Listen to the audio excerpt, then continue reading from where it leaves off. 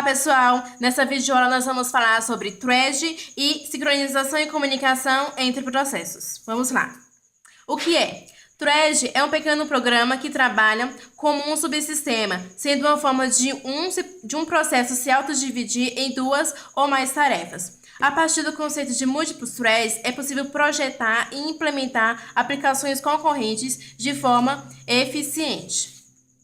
Aqui nós temos os dois ambientes. E no ambiente monothread, ele suporta apenas um programa no espaço de endereçamento e as suas aplicações concorrentes elas são implementadas com a utilização de múltiplos processos independentes ou subprocessos. Já no ambiente multithread, não existe a ideia de programas associados a processos, mas a threads. E o processo ele tem pelo menos um thread em execução.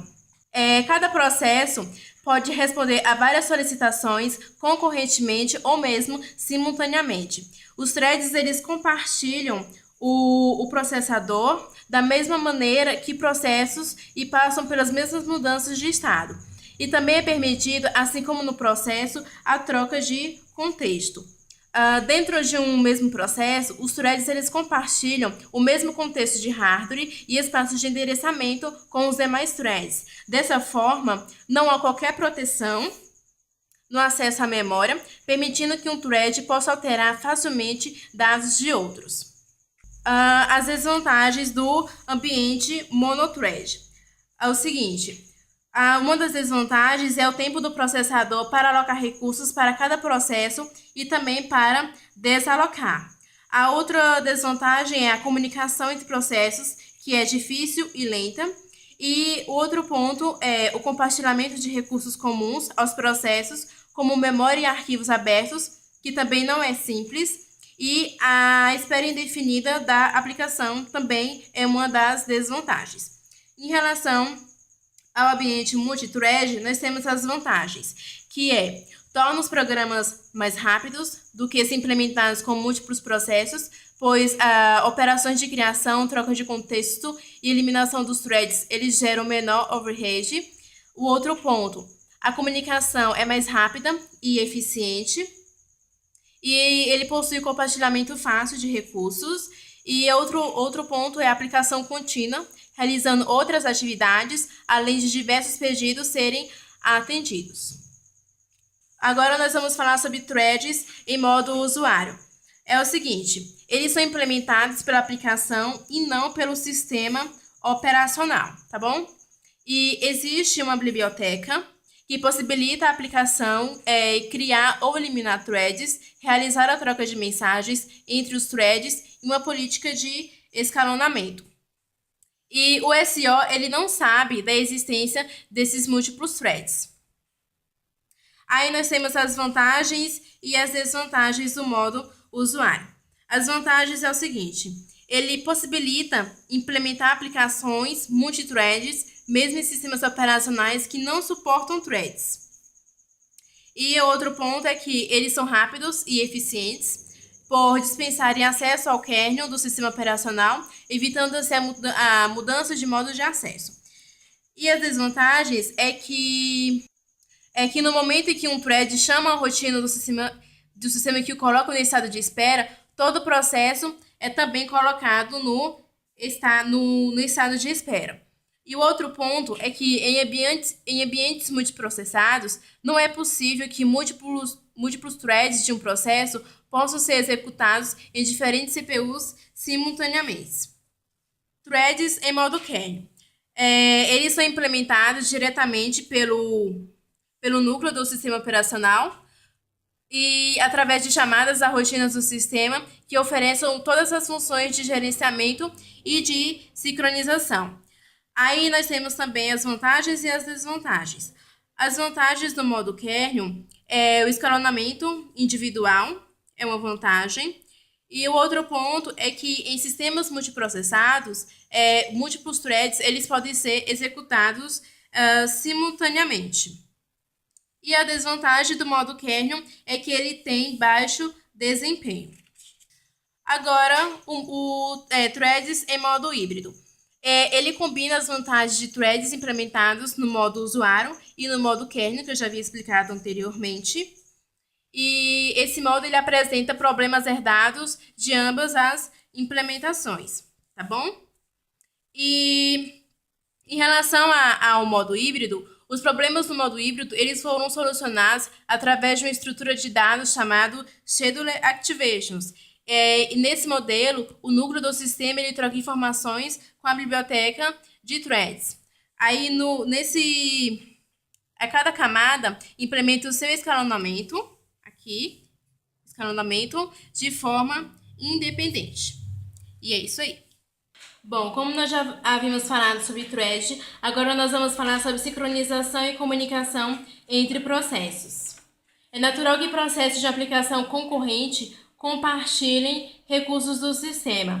Esse compartilhamento ele pode ocasionar situações indesejáveis, capazes de até comprometer a execução das aplicações. Especificação de concorrência entre programas. Existem várias notações para especificar a concorrência em programas. A primeira notação foram os comandos fork e join. Aqui nós temos um exemplo. O programa A ele passa a ser executado e ao encontrar o comando fork em B, ele faz com que seja criado um outro processo para a execução do programa B. Dessa forma, o programa B ele tem que ser concorrente ao programa A. O comando join, ele admite que o programa A sincronize-se com B. Portanto, quando o comando join for encontrado pelo programa A, ele só continuará a ser processado depois que a execução do programa B for terminado. Solução para os problemas de compartilhamento. A solução para esses problemas é a exclusão mútua. Quando o processo estiver acessando determinado um recurso, todos os demais processos que queiram acessá-lo deverão esperar pelo término da utilização do recurso. A parte do código do programa onde é feito o acesso do recurso compartilhado é denominado região crítica. O protocolo de acesso à região crítica tem o protocolo de entrada e o protocolo de saída. O protocolo de entrada indica se existe ou não algum processo acessando o registro. E o protocolo de saída informa os outros processos que podem tentar acessar o recurso com sucesso. Nós também temos o starvation, ou espera indefinida, que é o seguinte: um processo ele nunca consegue executar sua região crítica e, consequentemente, acessar o recurso compartilhado. Em função do critério de escolha, o problema pode ocorrer a escolha aleatória ou com base em prioridade. E a solução para isso é a criação de filas de pedidos de alocação para cada recurso, utilizando o esquema FIFO. Solução de hardware. A exclusão mútua ela pode ser implementada através de mecanismos de hardware, que é desabilitação de interrupções e as instruções teste and set. A desabilitação de interrupções é a solução mais simples, que é fazer com que o processo desabilite todas as interrupções antes de entrar em sua região crítica e as reabilite depois. Assim, o processo que as desabilitou terá acesso exclusivo garantido. E a instrução test and set é uma instrução de máquina que permite ler uma variável, armazenar o seu conteúdo em outra variável e atribuir um novo valor à mesma variável. É ser executada sem interrupção e trata-se de uma instrução indivisível, ok? A instrução test and set, ela tem esse formato aqui. E nós temos como exemplo o seguinte: a instrução ela utiliza uma variável lógica global, a ser exemplo denominada como bloqueio. Quando a variável bloqueio for falsa, qualquer processo poderá alterar o seu valor para verdadeiro e, através dessa instrução, e acessar o recurso de forma exclusiva. Solução de software. Fatores para soluções de problemas de sincronização. O número de processadores e o tempo de execução dos processos concorrentes, eles devem ser irrelevantes. E um processo fora de sua região crítica não pode impedir que outros processos entrem em suas próprias regiões críticas. Um processo ele não pode permanecer indefinidamente esperando para entrar em sua região crítica. Semáforos. É uma solução mais geral e simples de ser implementada. E os semáforos utiliza variável inteira, não negativa, que só pode ser manipulada por duas instruções, que é o down e o up. Os semáforos aplicados ao problema da exclusão mútua.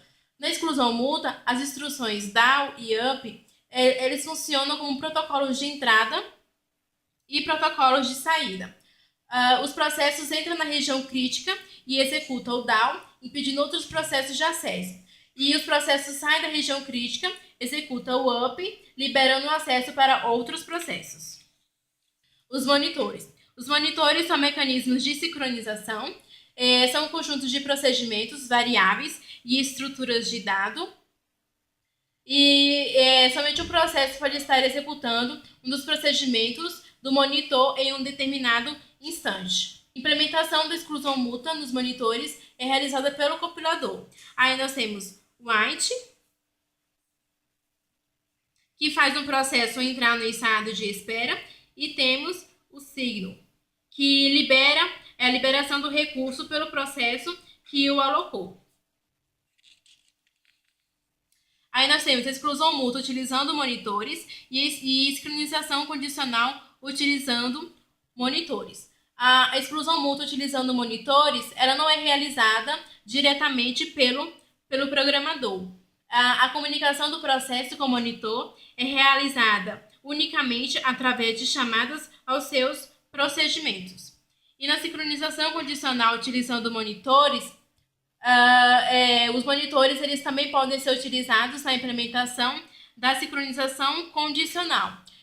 E as variáveis através de condição, elas são manipuladas por intermédio de duas instruções, conhecidas como já vimos falado, o white e o signal.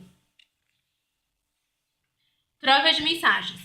Na troca de mensagens, nós temos os mecanismos de comunicação e sincronização entre processos. Aí nós temos o send e o receive. O send é o emissor e o receive é o receptor.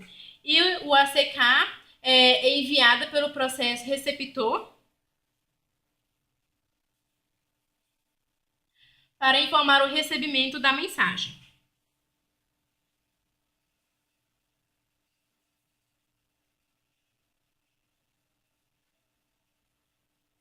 Tá bom? Sobre o deadlock. O deadlock é um processo de espera, é um processo que espera por um evento que nunca ocorrerá. A consequência do compartilhamento de recursos do sistema entre vários processos de forma exclusiva. O deadlock ocorre quando 4 condições são verdadeiras. Essas condições são a exclusão mútua, que cada recurso só pode estar alocado a um único processo em um determinado instante. Um processo pode estar esperando por outros recursos, e não preempção, que é um recurso não pode ser liberado de um processo só porque outros processos desejam o mesmo recurso. E a espera circular, que é um processo, ele pode ter de esperar por um recurso alocado a outro processo e vice-versa. Daí nós temos a detecção de deadlock e correção de deadlock. A detecção de deadlock é o seguinte: ele é um mecanismo que determina a existência do deadlock. E existe uma estrutura de dados capaz de identificar cada recurso do sistema. E já na correção de deadlock é o seguinte: ele serve para eliminar um ou mais processos envolvidos no deadlock e desalocar os recursos já garantidos por ele. Então aqui nós temos eliminar um ou mais processos e desalocar. E o outro ponto é a escolha dos processos, é normalmente feita de forma aleatória. E ele pode gerar um elevado overhead do sistema. Então, pessoal, é basicamente isso. Espero que vocês tenham gostado. Até mais!